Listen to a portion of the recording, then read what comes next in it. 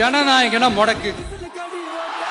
படத்தை முடக்கினா கொஞ்சம் பையன் கொஞ்சம் டிஸ்டர்ப் ஆயிடுவான். அதனால படத்தை முடக்கு. இது யாரு முடக்கினாங்கன்றது உங்களுக்கே தெரியும். அது நான் சொல்ல வேண்டிய அவசியம் உங்களுக்கு இல்ல.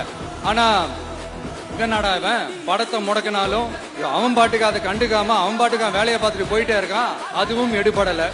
சரி, அடுத்து வேற என்ன பண்ணலாம்? போடு, SOPன்னு ஒண்ணு போடு. விஜய்க்கு மட்டும் தனியா ரூல்ஸ், தனியா ரெகுலேஷன்ஸ், தனியா கண்டிஷன்ஸ் அவனுக்கு மட்டும் போடு. மத்த கட்சிகள்லாம் விடு, விஜய்க்கு மட்டும் தனி கண்டிஷன்ஸ் போடு. அவன் வெளியவே வரக்கூடாது, மக்களை சந்திக்கவே கூடாது. என்னாச்சு? அதுவும் எடுபடல. சரி, அடுத்து வேற என்ன பண்ணலாம்? நம்மளை சுத்தி இருக்கிறவங்களை வச்சு, அதாவது இத்தனை வருஷமா வெயிட் பண்ணி இப்போ எலெக்ஷனுக்கு 30 நாளைக்கு முன்னாடி கரெக்டா அந்த டைம் பார்த்து ஒரு அவதூறு பரப்ப வேண்டியது. அது என்னன்னு உங்களுக்கே தெரியும். அதுவும் மக்கள் கிட்ட எடுபடல. அது மாதிரி எத்தனை சோதனைகள், எத்தனை வேதனைகள் நீங்க கொடுத்தாலும் இந்த திமுக நாளையோ இல்ல இந்த பாஜக நாளையோ இல்ல இந்த மற்ற பலர் நாளையோ இல்ல எந்த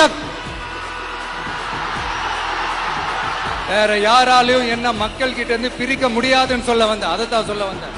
ஒவ்வொரு வீட்டுல இருக்கிற ஒவ்வொரு விஜயும் இருக்கிற வரைக்கும் என்ன மக்கள் கிட்ட இருந்து பிரிக்கவே முடியாது.